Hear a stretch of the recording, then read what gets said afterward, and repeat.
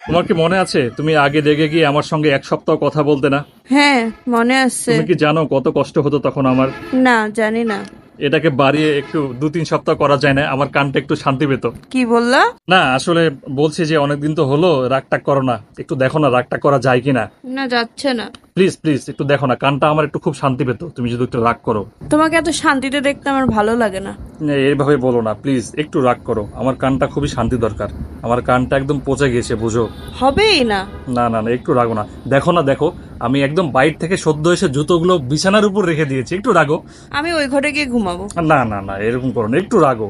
একটু রেগে যাও না, বাপের বাড়ি চলে যাও না 1 সপ্তাহের জন্য, 2 সপ্তাহের জন্য, তাইলে তো আমার একটু ভালো লাগে, কানটা শান্তি পায়, আমি একটু স্বাধীন হতে পারি। এখন কিন্তু আমারই রাগ আসছে, তোমার কি একদমই রাগ আসছে না? একদমই না। কোথায় গেলা সেই তুমি যে কিনা রাগ করে 1 মাস বাপের বাড়ি গিয়ে থাকতে? কোথায় গেল তোমার আত্মসম্মান? কোথায় গেল তোমার নারী শক্তি? রাগ করে বড় জোর তোমার খাওয়া বন্ধ করতে